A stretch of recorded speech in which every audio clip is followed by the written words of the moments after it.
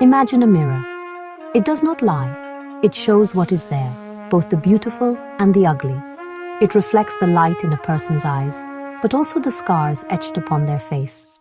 Societies, too, have a mirror. It is a reflection of their deepest values, their greatest triumphs, and their most profound failures. Throughout history, the Jewish people have often been forced to become this mirror for the societies in which they lived. When a society was tolerant and just, its Jewish community often thrived, contributing to the arts, sciences, and commerce. This prosperity was a reflection of the society's own health and its capacity for good. A society that saw good in itself could see good in its Jewish neighbors. In these moments of clarity and peace, the mirror showed a harmonious picture. The Jewish people were seen as neighbors, as scholars, as merchants, as fellow citizens. Their traditions and beliefs, while distinct, were part of the rich tapestry of the larger culture. A society confident in its own identity did not feel threatened by others. It could look into the mirror and see a reflection of its own security and grace. This was a fragile piece, a fleeting image of what could be. It showed that coexistence was not only possible, but beneficial for all. The reflection was one of shared humanity, a testament to the strength found in diversity and mutual respect. But a mirror also reflects the darkness. It shows the shadows that lurk behind the light. When a society began to falter, when it was plagued by fear, uncertainty, or internal conflict, the reflection in the mirror would change. The image would darken, becoming distorted and menacing. The very qualities once celebrated in the Jewish community could suddenly be twisted into something sinister. Their success was no longer seen as a contribution, but as a threat. Their distinctiveness was no longer a part of the cultural tapestry, but a tear in its fabric. The society no longer saw a neighbor, but an outsider, an eternal other. This transformation was never about the Jewish people themselves. It was always about the society looking into the mirror. The change came from within the heart of the society itself, from its own anxieties and insecurities. The mirror simply showed what was already there, waiting to emerge. It reflected the growing intolerance, the rising fear, and the search for a simple answer to complex problems. The Jewish people did not change. The way they were seen changed. They became a canvas onto which society projected its own growing demons, its own internal sickness. Anti-Semitism, in this sense, is like the behavior of a narcissistic psychopath. Just as such a person cannot bear to see their own flaws, they project their cruelty and lack of empathy onto others, often targeting those who reflect back uncomfortable truths. The Jewish people, forced into the role of the mirror, become the target of this projection. The mirror is still honest, but the face looking into it has become contorted by fear, hatred, and a chilling absence of empathy. When people look into a mirror and do not like what they see, they have two choices. They can accept the flaws and work to change them, or they can blame the mirror. It is far easier to blame the mirror. In the great unsettling mirror of society, the Jewish people have often been blamed for the flaws they reflect. When a society was consumed by greed, it would look at Jewish merchants and call them greedy. It projected its own sins onto them, cleansing itself by condemning another. This act of projection is a powerful and destructive force. It allows a society to ignore its own failings by creating an external enemy to carry the burden of its guilt. This projection takes many forms. If a nation felt powerless, it would invent tales of a secret Jewish power that controlled the world. These were fantasies born of inadequacy, whispers in the dark from a people afraid of their own weakness. If a society felt its traditions were fading, it would accuse Jews of undermining its culture. This was an admission of its own cultural fragility, its own loss of faith. By blaming the Jews, the society could avoid the difficult work of self-examination. It did not have to ask why it felt greedy, powerless, or lost. It had a simple answer, a simple target for its rage. The Jew became the embodiment of everything the society feared within itself. This mechanism of blame is a profound act of self-deception. It is a way for a society to lie to itself, to convince itself of its own innocence. The problems, economic inequality, political instability, social decay, do not disappear. They continue to grow, festering beneath the surface, while the society is distracted by its created enemy. The energy that could be used to build, to heal, to solve real issues is instead channeled into hatred. The focus shifts from introspection to persecution. The society becomes obsessed with the mirror, convinced that shattering it will solve the problems it reflects. This is a fatal mistake, a path that leads only to deeper darkness. The history of anti-Semitism is a history of this projection. It is a long and sorrowful tale of societies refusing to look at their own reflections. From accusations of deicide to conspiracy theories about global finance, the narrative is always the same. Society identifies a problem within itself, a spiritual crisis, an economic downturn, a political failure, and then affixes that problem to its Jewish population. The Jew is accused of the very sins the accuser is guilty of. It is a way to feel righteous in one's hatred, to feel justified in one's cruelty. But it is a righteousness built on a lie, a justice that is merely a mask for envy and fear. In times of crisis, the need for a scapegoat becomes desperate. When plague, famine, or war descends, fear grips the human heart. People search for an explanation, for someone to blame for their suffering. The rational explanations are often complex and unsatisfying. It is hard to be angry at a drought or a virus. It is much easier to be angry at a person, a group of people.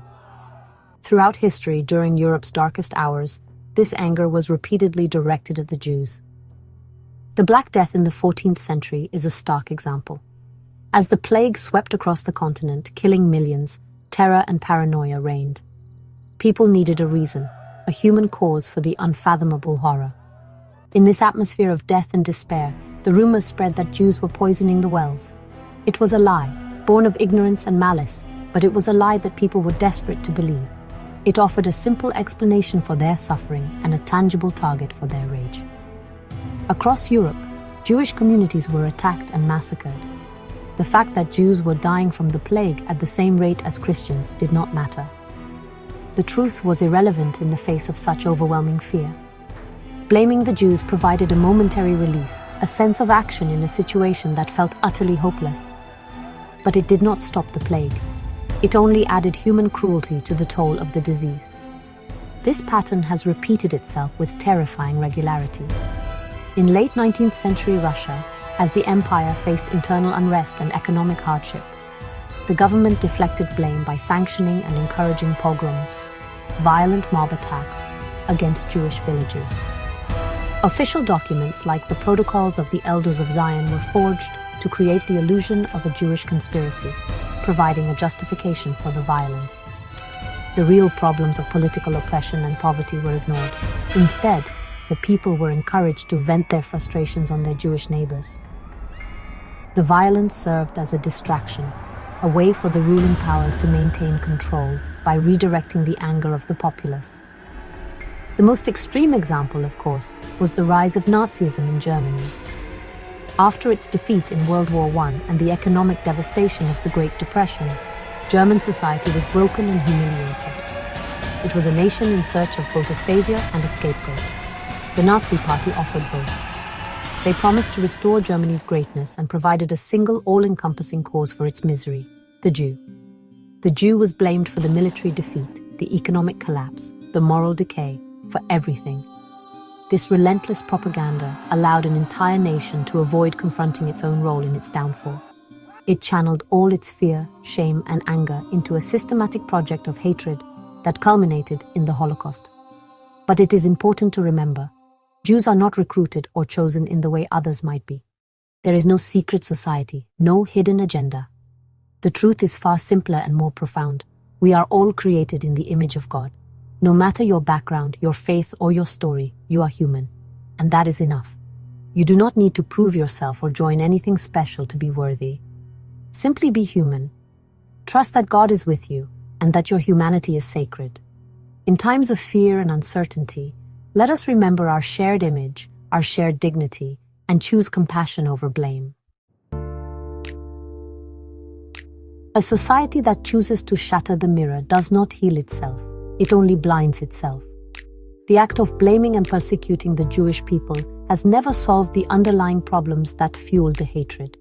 It is a temporary diversion, a fever that ultimately consumes the patient. When a society expels or destroys its Jewish community, it does not eliminate greed, corruption, or instability. Instead, it often finds that these problems worsen. The hatred, once unleashed, does not simply vanish after its initial target is gone. It seeks new targets. The culture of intolerance, once normalized, begins to turn on itself. Society becomes a place of suspicion and fear for everyone. Throughout history, religious beliefs and interpretations have played a significant role in fueling anti-Semitism. In medieval Europe, religious authorities often promoted the idea that Jews were responsible for the death of Jesus, branding them as eternal outsiders and enemies of the faith. Sermons and religious teachings sometimes depicted Jews as malevolent or cursed, justifying discrimination, violence, and exclusion in the name of spiritual purity.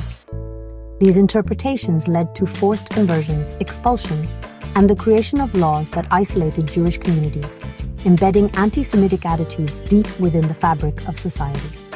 While many religious traditions have also called for compassion and justice, the misuse of faith to justify hatred has left a lasting legacy, one that continues to echo in the present. The expulsion of Jews from Spain in 1492 did not strengthen the Spanish Empire. It deprived the nation of a vibrant and productive segment of its population, contributing to its eventual economic decline. The pogroms in Russia did not solve the deep-seated issues of tyranny and poverty. They only deepened the cycles of violence and brutality that would eventually lead to revolution. The Holocaust did not create a glorious 1,000-year Reich. It led Germany to utter moral and physical ruin, leaving a permanent stain on the conscience of humanity. In every case, the persecution of the Jews was a symptom of a deeper sickness, and the violence only made the sickness more deadly for the entire society. The hatred directed at the Jew is a poison that ultimately infects the hater. It corrodes the soul of a nation, replacing reason with paranoia and compassion with cruelty. A society that defines itself by who it hates has lost its way. It has abandoned the difficult but essential work of building a just and equitable world for the easy and destructive path of blame. The problems remain, buried under layers of denial and violence, waiting to resurface. The shattered mirror can no longer show the society its own face, so it stumbles forward in darkness, unable to see the abyss that awaits. This is the ultimate tragedy of anti-Semitism. It begins with the dehumanization of the Jew, but it ends with the dehumanization of all. Therefore, the only true path forward is to look into the mirror honestly. It is to see our own reflections, with all our flaws and all our potential, and to take responsibility for what we see. We must confront our own fears, address our own injustices, and solve our own problems. Blaming others is a coward's solution. It is an escape from the moral and intellectual labor required to build a better world. The real challenge is not to find a scapegoat for our troubles, but to find the courage within ourselves to face them. Only then can we put down the stone and begin the work of healing, not just for one group, but for all of humanity.